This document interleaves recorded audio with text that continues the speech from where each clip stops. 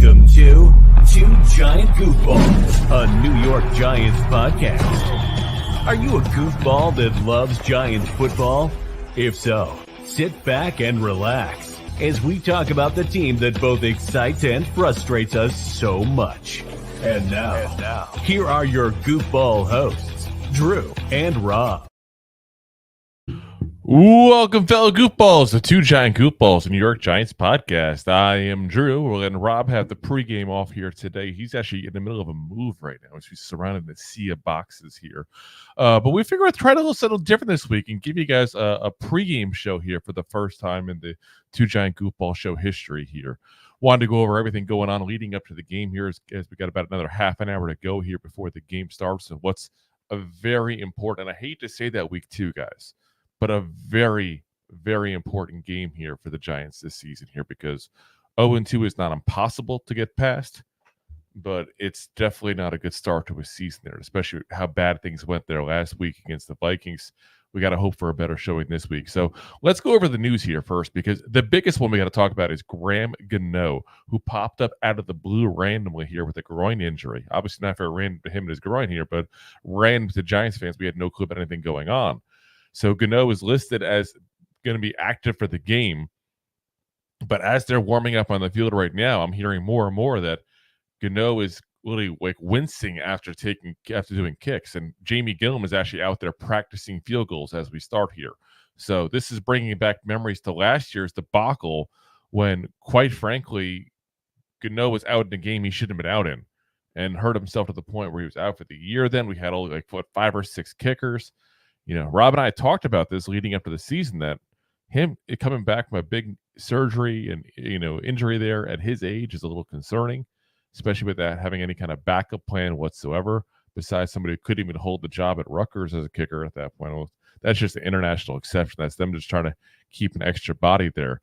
But, maybe that should have been the guy to elevate there this week from the practice squad, a backup kicker there. But like I said, we've seen Jamie Gillum do it last year as a kicker there in a pinch, and he made his one field goal, if I remember correctly, and did a kickoff not too bad too, if I remember correctly as well there. So not the end of the world for a game, but definitely not what you want. You don't want to go in there without a kicker, but that's what we maybe end up doing. Might actually have to score a few touchdowns for once. Wouldn't that be amazing? Let's go over the injury news here. So Olszewski has been added to the injured reserve. And it's been rumored that it's been a possibility for quite a while, so we won't be seeing him anytime soon here. For the game, McCloud is out with a knee injury, and Darius Muasau is out with a knee injury as well. So Muasau was a pretty big part of the game last week with Micah McFadden being out. Had the interception also against Sam Darnold as well. So good start to a career for a late round draft pick there, a day 3 draft pick for at Muasau there, but we're not going to see him this one. Hopefully that's not for long. Cor'Dale Flott is expected to start at outside corner, outside Deonte Banks. Should be interesting to see how much we see of Adoree Jackson. I'm a little curious about that. You all know that I've been watching the show on a regular basis. I'm not very fond of Cor'Dale Flott. I don't have a lot of faith in him. Obviously I hope the best out of him because he is a Giant, but I just don't have a lot of faith in him there overall. So we'll see if Adoree Jackson ends up popping in more this week in that position there. The coaching staff member they try to hand Cor'Dale Flott the starting outside spot in this offseason. They try to hand it to him like it was his to lose. And, we called it on the show early on that Nick McCloud would be the starting outside corner week 1, and Nick McCloud was. So injured but playing in this game here, Micah McFadden, a groin injury, will be playing. That'll be big there, especially with Muasau being out. Malik Nabers with a knee injury, he will be playing. Coach Dable had said he is good, no concern when asked about that knee injury, so that's always good. Darius Slayton with a concussion was a full participant on Friday's practice, so he's fully expected and ready to go there for this game here. Wouldn't be shocked at all, though, to see more Jalin Hyatt, especially given that kind of injury and everything that's happened this week. Obviously, the NFL doesn't want more concussion issues and repetitive concussions after what happened there Thursday night with Tua. Practice squad elevations. So elevated from the practice squad this week, we got Timon Fox and Ty Summers. So Ty Summers was elevated last week as well. He had 1 tackle on 20 special teams plays. He's obviously a more recent signing. We got him August 28th after being dropped by the Jaguars and the Lions previously this offseason. He's a former Packer, Jaguar, and Saint, 68 games in his career with just one start. And he's really a special teamer. That's the role he's going to be on there. So he hasn't played a defensive snap since 2021. So don't expect to see much of him except in the special team situations there. Keep in mind, each player this year, guys, is able to go ahead and be elevated 3 times to the active roster from the practice squad. So this is a situation to kind of keep an eye on going forward because Summers has now been elevated twice. So we only got one time before the Giants are either forced to cut him or put him onto the active roster, overall. So should be interesting there. Timon Fox, obviously well known to Giants fans there. It's his second year now with the New York Giants. Active last week, because at the active roster, I should say last week, had 1 tackle on 19 special team snaps, but he was put on the practice squad this week, so they had to elevate him to go ahead and use him there. Jordan Rodnon did report that linebacker Curtis Bolton was expected to be elevated instead of Timon Fox, but he got hurt at Friday's practice, so that wasn't no longer an option.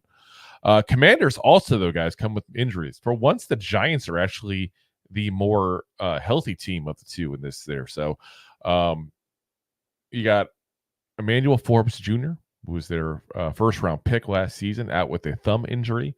The Commanders already have a pretty weak secondary, guys, so losing anybody is an issue, but Forbes has not looked very good since he's been drafted, so I'm not sure it's a huge loss, but anytime you lose a starting corner, it's still a loss. That's for damn sure. Rookie Jazan Newton is listed as questionable, but is expected to make his NFL debut after having an off-season foot surgery. He is listed as active for the game there. So starting defensive end Clelin Ferrell, also questionable with a knee injury and did not practice on Friday, but he is listed as active for this game. Starting safety Quan Martin, the rookie from Illinois. Says 2 rookies from Illinois. They were him and Newton. Questionable with a hamstring injury. He was limited in practice on Friday. He is also active for the game. So this means the secondary that gave up 80% completion percentage, guys, to Baker Mayfield and 4 touchdowns will have injuries all throughout. Like that's a really good sign for the Giants here. Injured but expected to play. Starting running back Brian Robinson Jr. with the knee injury. Starting left tackle Brandon Coleman with a shoulder injury. Reserve offensive tackle Trent Scott with a knee injury. And reserve safety Tyler Owens with an ankle injury. So all those guys will be expected to play. The only guy we're expecting not to see is Emmanuel Forbes Jr. there. So again, not good for their secondary. Jacob Johnson, you guys probably remember his name being bounced around Giants news like crazy. He's the guy who's been signed, cut, put to the practice squad like 10,000 times the last couple of weeks there. He is on the active roster this week. So after a very disappointing run game versus the Vikings last week, it's interesting to see how he's used. Offensive line coach Carmen Brasilla has been very vocal about him in the past and how important a fullback is to their running scheme. So Johnson's been with Brasilla for the last 5 years. He has been his blocking fullback. So I'm kind of curious to see what they do with him, what kind of role he's going to have. But the big question for the day, guys, how does Daniel Jones play? How does he look? This may, and maybe I'm a little crazy for saying this may be the most important game potentially in Daniel Jones's entire career. And I know that sounds a little crazy for a guy who went to the playoffs, won a playoff game, that kind of stuff here a couple of years ago. But guys, this is the same team that benched Eli Manning after an 0-2 start.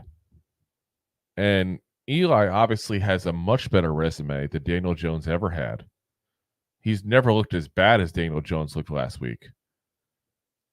I'm not so sure, guys, but this may be, if he doesn't play good, this may be the last time we see Daniel Jones as the starting quarterback for the New York Football Giants. And guys, you all know me, it's well enough to know I hope the best for this kid because he works his tail off. But that might not be the worst thing for the Giants franchise here. Because if he plays again like he played last week, which is exactly how he played all of last year, in my opinion, except that second half in Arizona, then it's time, guys. So I'm kind of curious to see if we end this game by having Daniel Jones still as a quarterback, and if next week we don't have a different starting quarterback. That's kind of the story, I think, for this team here overall this week. Is not just can we get our first win, But how does Daniel Jones look, and does Daniel Jones manage to keep this job going? Because he hasn't looked good. And the Giants know they're not a little bit of a short leash this year, guys. You think Joe Shane is going to be allowed to do whatever the hell he wants after the way he orchestrated this offseason? Didn't listen to John Mara, who obviously wanted to keep Saquon Barkley. Didn't go to anything to protect the franchise, having an actual legitimate backup and a legitimate threat to Daniel Jones. I really think he's going to be in the hot seat pretty quick here. Brian Daboll, I think, is more safe than he is. And Daboll obviously didn't lose a team last year during all the debacle and issues they had. So I'm not as worried about him keeping his job. But Joe Shane, between the bad drafting, the issues now with Daniel Jones, he could be in the hot seat here really quick, guys. So we'll see what happens to this game. Rob and I both had us listed as the favorites, even I know the Vegas line has us like 1.5 down right now in this game here. Obviously, that's pretty close there. The Giants have had the Commanders' numbers there the last couple of years. It's one of the teams we played very well against last year. Kayvon Thibodeau, I think, had like half a sacks, it felt like, against the Commanders last year. So we're expecting another big game from him there, especially with Bobby Johnson being the offensive line coach now for the Washington Commanders. Obviously, he was ours the last 2 years, and it's just absolute horrendous offensive line coach. So we'll see what happens. We're excited for the game here. We will be live, of course, guys, as soon as the game is over. So literally the second the game is over, tune on into us. We will be there. If you haven't already, hit that like, hit that subscribe, ring that bell. That's how you're going to find out real quick what's going on with us there, and when we hit live there at that point. But like I said, that's the plan. The second the game's over, guys, we're going to be live. But we're going to let you go to the game there now. Like I said, hopefully the big thing here, like I said, the story this morning, Graham Gano. Is Graham Gano going to play? Is he going to be healthy? Again, for those who might have missed the beginning here, he's got a issue with a groin injury that popped up on the injury report late. And now from what we're hearing, he's been wincing at the warm-ups there as he's trying to do kicks. And Jamie Gillum has been practicing field goals in the warm-ups as well. So we might have a punter/kicker for this game here. Which is interesting. Scottish Hammer just pulling a little double duty here potentially today. We'll see what happens there. But guys, like I said, 2 years in a row with Gano issues there. It's and I don't blame Gano. I blame the team. You gotta be a little more forthright, a little prepared for these possible injuries at this position, because this is a position kicker. Obviously, you don't hear much talked about, but you don't want a lot talked about. That's a position you don't want to have issues with. You want to just be nice, simple, secure, set yourself up. Kick is good, nice and simple. We don't want to go through where we had how many kickers we have last year, like 5 or 6. It's a little scary here, guys. But again, we'll be live after the game there. Hopefully, we're overthinking it. That's all good to go. Appreciate you guys watching as always. And as always, Giant fans, go G-Man! Thanks for listening to Two Giant Goofballs, a New York Giants podcast. We appreciate your support. Thanks so much. Please, I'm begging you. Please subscribe.